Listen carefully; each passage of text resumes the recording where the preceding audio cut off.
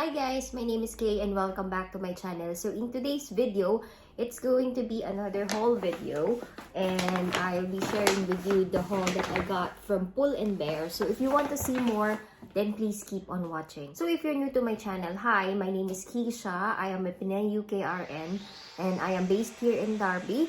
And I'm sharing my life here in Darby as well as my road to become a ukrn. So if hindi ka pa nakasubscribe, then please subscribe to my channel. And if you've been watching my videos, then you know what my videos are about. So ngayon, I will be sharing another haul video. So it's not much, but I got some items from Pull&Bear. So if you don't know what Pull&Bear is, it is a brand. Actually, na-discover ko siya when I was in the Middle East. And medyo mahal siya. So I can't afford to buy any of them. But as I've done research, I think it's in the same group as Zara and Bershka. So medyo similar yung website nila, yung app nila for online orders. So they had a end of season sale. I think it's an end of season sale kasi winter ngayon. Although hindi pa naman patapos yung winter, pero I don't know kung bakit sila may sale. I'm not sure if it's a sale related to Boxing Day, but they have sale items. So, madali akong madarang sa mga sale. So, I've got a few items. So, it just arrived today. And the delivery is free if 30 pounds yung order mo. Since I've not ordered 30 pounds, I opted for a next day delivery. So, next day delivery cost a little bit. Pero Royal Mail kasi siya. At least hindi na ako struggle to go to the post office to collect my item. So, without further ado, buksan na natin. So, yung friend ko kasi na nandito rin, si Jepoy, I've seen him with a load of shoes. So, bili siya ng mga sapatos from Pull&Bear. Kaya, chinek ko kung ano yung mga sale items nila. And, these items, parang mga nasa 20 plus lang yung nabili ko. So, ayan siya. So, wala na siyang mga plastic. So, it's good, it's sustainable. Hindi na ako mag-iisip magtapon ng mga packaging. So, let's start with the haul. So, the first item that I got is this. I think it's a jumpsuit. Hindi siya nakatali, diba? So, it's broken. The first item is already broken, but maganda yung kulay niya. So, ayan siya. It's a jumpsuit. Yan siya. So, it's nice. I'm not sure if I'm gonna keep it or return it kasi the thing is broken. Pero ang ganda ng kulay niya. So, baka itahi ko na lang siya. It's nice.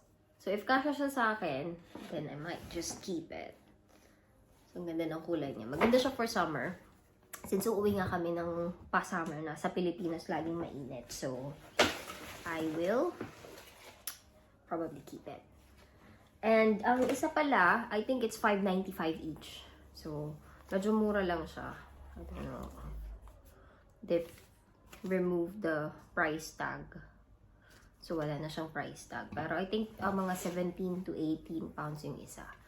So, next item, puro sleeveless, diba? So, this one is a jumpsuit as well. So, it's a floral blue jumpsuit. Medyo mahaba siya. So, culottes type na jumpsuit. So, maganda siya pag summer kasi medyo presko siya. So, yan.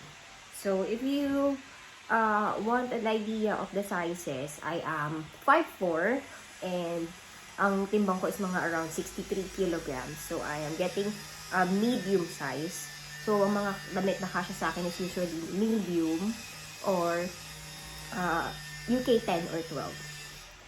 So, ayun yung reference niya. So, maganda siya. Medyo mahaba siya. So, that's that. And it's also $5.95. So, mura lang siya. It's nice. Then, next item is another jumpsuit. So, kung siya jumpsuit, actually. So, ayan naman siya. It says it's a jumpsuit, pero yeah, it's a jumpsuit. So, shorts. So, ayan siya. then low back siya. So, pwede ka siguro magsuot ng nipple tape. So that, hindi kita yung bra mo sa likod. So, I think, kasya sa akin itong mga sizes na to kasi usually I'm a medium. So, $5.95 lang din yung isang yun. And the last item is a dress. So, medyo nahilig ako sa mga ganitong shades lately. So, ayan siya. Yung, they're good quality clothes. Medyo makapal yung mga ano niya, mga damit niya. Except for that other one na naputol yung strap. Pero I wanna save myself some hassle.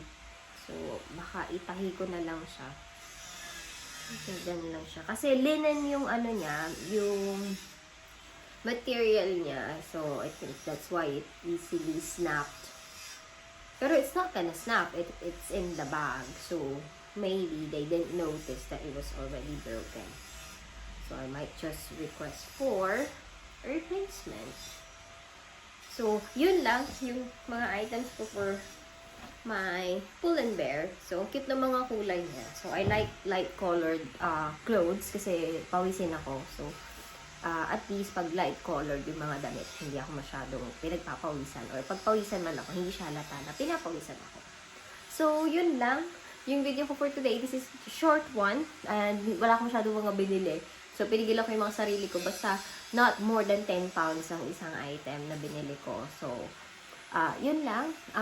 I hope you like videos like this. Kasi mahilig ako mag-haul video. Not to show off, pero gusto ko kasing makita nyo kung ano yung mga deals na nakukuha ko dito when I do my online shopping. But, keep in mind na kailangan nagtitipid kayo. You have to work hard and spend your money wisely. So, that's it for this video for today. So, I hope nagustuhan yung video na to. If you like videos like this, please hit the like button. Comment down below if you bought some items from Pull&Bear as well. And please subscribe to my channel if you haven't already. And I'll see you on my next video.